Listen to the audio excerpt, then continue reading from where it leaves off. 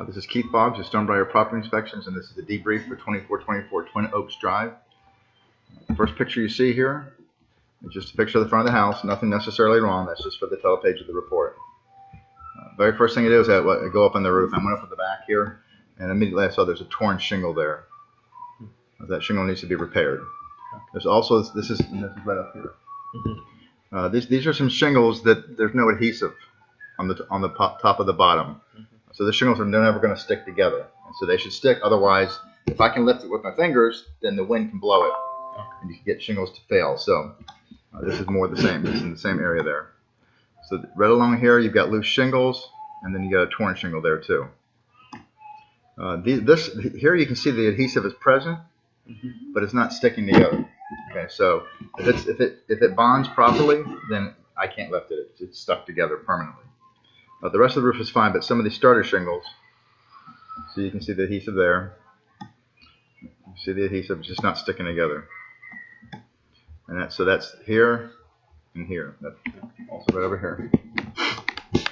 This is a torn shingle by one of the roof penetrations here. It's almost completely torn off. And the other side is loose. So this is what happens. They get loose like that, and the wind blows them up, and then they get torn, and then they blow away. So that same thing can happen with the other shingles. So that around that vent there, they need to repair their shingles.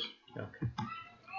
This is actually a video of the roof. So people are always asking about the roof cover, so I started taking videos. This is about almost 2 minutes long. I'm going to go ahead and play it so we have it for the recording. You may hear me breathing and making noise. It's just a pretty steep roof, so I'm trying to...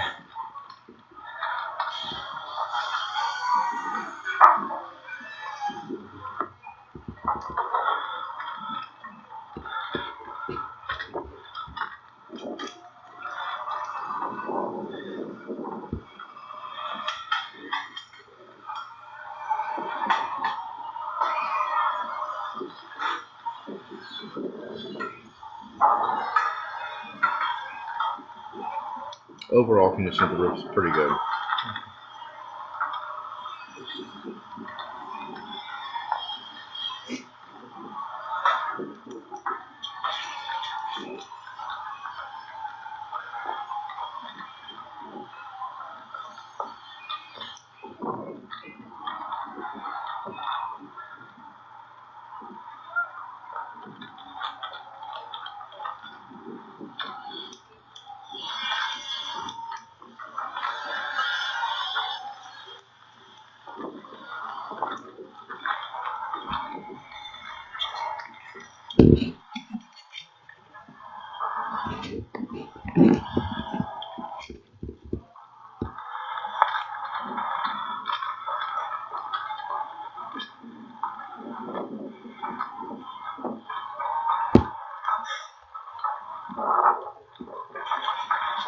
Getting close.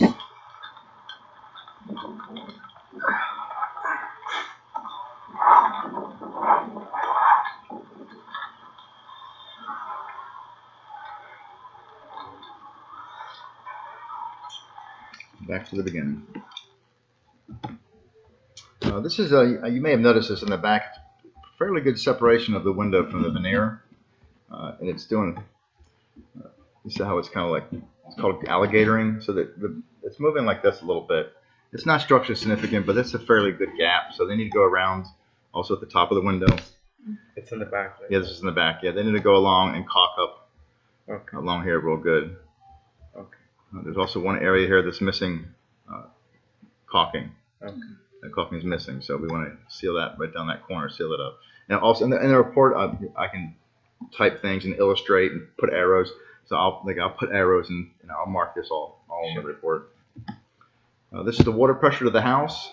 It's at 70. The range is 40 to 80, so 70 is good. This is a window that they forgot to put sealants around. Completely forgot. So all along here, actually along this window. That's over here, yeah, upstairs. So they need to caulk all along here, along the bottom, up the side, and along the top. That window right there. This is one of your vent hoods, but they've got it caulked in place, but the problem is that caulk will eventually come loose. They need to see the hole right there? There's 4 holes. They need to have fasteners. They need to be screwed in the veneer, otherwise eventually one end it's going to fall off. And that's just just right below that window. This is another window. Some separation of the window. I think this is up front though. Yeah. So again, they did a caulk around that window. This is showing a little bit of structural movement. This is some cracking inside a mortar joint here. This is up by the front patio. Not structurally significant. Just needs to be. Just need to monitor it. And that's just right up there. Is there anything that they can do? They can do something called repointing it, where they redo the mortar. The only problem with that is if the guy that does the mortar is not real good at matching the color, then you've got two completely different colors, and that crack that you can really barely see. Okay. All of a sudden it's going to stand right out because it's a different color. So if you want to repoint, you can do that, but make sure you have the guy before he does anything on the front, especially. You can have him do something on the back first, so you can see what his work looks like. A lot of times they can't match it. This is a corner compression crack right here. You see how it's cracking? It's on both sides. That's a pretty big piece. That may eventually come off one day, break off. It's called a corner pop. Either way, it doesn't affect the performance of the foundation, but it doesn't need to be repaired because if that big piece pops off, you get an opening where you can get rodents and bugs and stuff getting into the house. So that needs to be. They just need to put some epoxy in there and seal that up. That's just right. Is it on the Yep, right here. Yeah, that's right here. Yep, yeah, I'll circle it and I'll put an arrow pointing to it, and I'll type it in the report. This is your water heater, and everything was fine with the water heater. Manufacturer's label. Also, some of these pictures you see in here, they're really just for my use. Again, they won't be in the report. They're just to remind me to tell you things, just for talking points. This is your condenser, manufacturer's label. I use this to look at the breaker in the panel box. It's a 40, and it did match. This is an area they forgot to paint. This is a trim board on this side. You also have one on this side that they never painted it. Okay. It's just naked, so they need to paint that. That needs to be painted, the trim color, and then also this garden window. They need to paint that the trim color right along there. This is your I'm guessing the builder probably showed you. This is your shut-off valve for the water. Yes. One thing it doesn't have here is a pressure reducing valve. I don't see that present here. Now, most cities are installing them, but some of them are not. Okay. Chris has been doing it for a long time, but I'm not sure if they're doing that here. So it's going to be in the report. We'll have to just ask the builder if it's something that the city requires. Sure. That's just where it's located. Okay, this is a look at the panel box. This is just like a benchmark reading. When I first get here, I take a look at the panel box, and then as I went through the house, you saw me turning everything on, getting everything going, all electricity flowing through the box. I want to see if any changes occur. So it looks fine now. This is normal. Those are arc fault breakers, and I've got some more pictures of that, and it looked fine. Panel box was fine. This is just a little video of your condenser.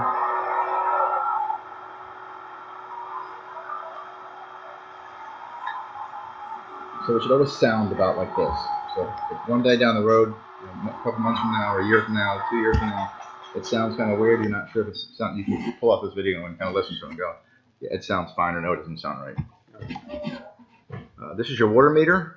It's covered with water right now, so we can't really do anything. We can't really look at that. That doesn't allow us to check for supply leaks or to verify the drip irrigation.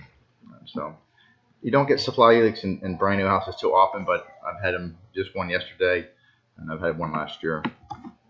That's just the location of that. This is your bubblers for your trees, and they never came on. They don't seem to be watering. There's no water coming out of those. Oh. And they don't even have a zone here. Usually they'll say go back there. Anita, they're saying there's supposed to be some two bubblers here. They have bubblers there, but they never came. Not coming on, and they don't have it on the list here. Okay. Oh, okay. It would say tree bubblers. So it looks like they never connected that. So that's something they need to connect.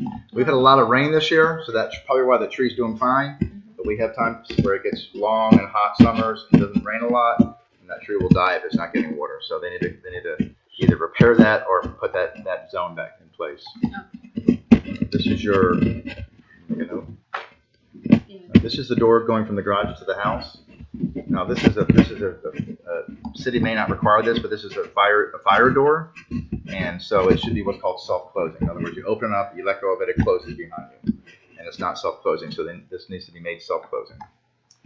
These pictures are just to show you things. Sorry, can you explain that again? Okay, so this door here is a fire door. So if there was a fire in the garage, this door can keep the fire from getting into the house for a while. But for that, in order for that to function, that door has to close behind you. Oh, okay. automatically. Like you go into a store, you let go of the door, it shuts behind you, like that. It's called self-closing. So is it a city rule? This is a fire safety rule that was in the code. They pulled it out. I still call it out because it's a fire thing. The city may not do it. If the builder won't do it, most of them are doing it, but if he won't do it, you can go to Home Depot and you can buy what are called self-closing hinges. You just put one there.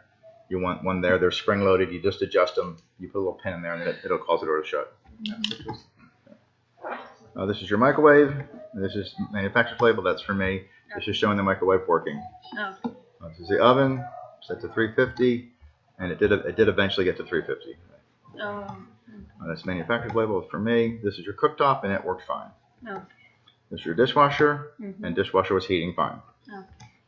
Manufacturer's label. This is just to remind you to tell you I'd filled up the sinks with water, and I drained them and ran the disposal at the same time to look for leaks, and no leaks. This is manufacturer's label. This is where's this at? Yeah, that's right there. Yep. So that needs to be caulked. That needs to be caulked and painted.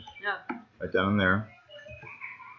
This light flickers. Yeah, the one light. Yes. Has it always done that? No, I think recently it started. Because it's tight. Must be something loose wiring in there. So I'm putting that. I've got a little video of it actually. Yeah, sure. I was thinking because of the light, so I have to change the light. So it shouldn't be doing that. So. Yeah. This is the fireplace. It did work fine. This is just some readings just for me. I've got some air conditioning readings here in a minute. Sure. This is inside the master shower. Yeah, right. So there's cracking in there. Yeah. More importantly, it's cracking down here. Yeah, so we don't get any water in there. It can cause mold. Also cause those tiles to come loose. So they need to do that repair in here and then up there.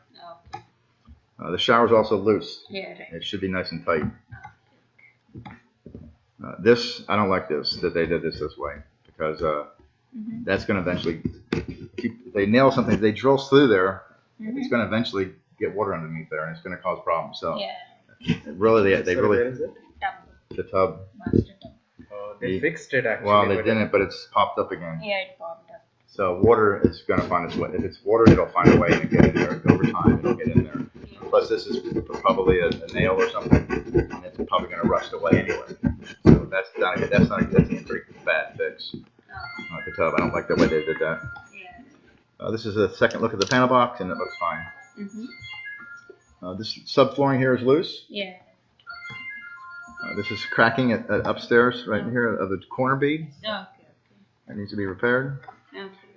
This door does not shut properly, and you can't lock it. It's out of square, actually. I'll show you right here. Well, that's the door. You see how you see the light through here? Yeah, up here, it's tight. Yeah, it's called out of square. So that door needs to be adjusted. This is your air handler. Does not have a float switch on the drain pan. That's something I'd recommend you doing if the builder won't do it. Above the second floor, if it leaks, it's going to flood the whole house. So the filter, your husband already replaced it. It was very dirty. The exhaust fan there, I had the oven going. Eventually, it stopped working. It started working again, but it shouldn't turn off. If you got it on, it should stay on. Yeah. Especially with the fire going. It stopped at one point, but then it started back up again when I turned off the cooktop. So this is the AC differential. This is how well the air conditioning is cooling, and we're looking for a temperature range of 15 to 20 degrees, because that's on the supply and the return. So what we have here, we have a 45 and a 70. So that's 25 degrees. That's about 5 degrees too high. So that the air conditioning is not working too high. It should be 20 or between 15 and 20. So they need to come out and take a look at the air conditioning and find out why it's not working right. The filter, having a dirty filter can make it a little bit high, but not 5 degrees. That's very high. This is just for me, insulation depth. This is upstairs bathroom over here. That fixture is loose. You can jiggle it. So you need to tighten up that fixture. Yeah. This is up in the Jack and Jill bathroom. Yeah, right. They need a caulk up in there. They need to caulk that up in there just to keep water from getting in there. This is a window on the second floor. It's this window right here. Yeah. And it's hard to open.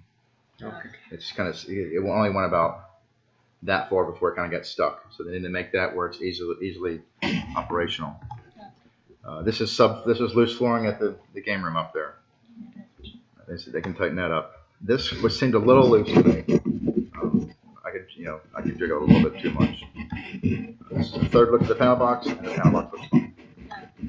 This is the heating. Heating on the first floor. I've got several readings. The heating's doing great. This is a really good heat reading. These are all good heat readings on the first floor. And this is on the second floor. It's a little bit higher. I'm also closer to the register. 150, 140, 150. Those are all good readings. And that's it. So probably the big things is the roof, the air conditioning, and the caulking and painting. Especially the plumbing areas. Especially the master shower. That AC, I don't think they will.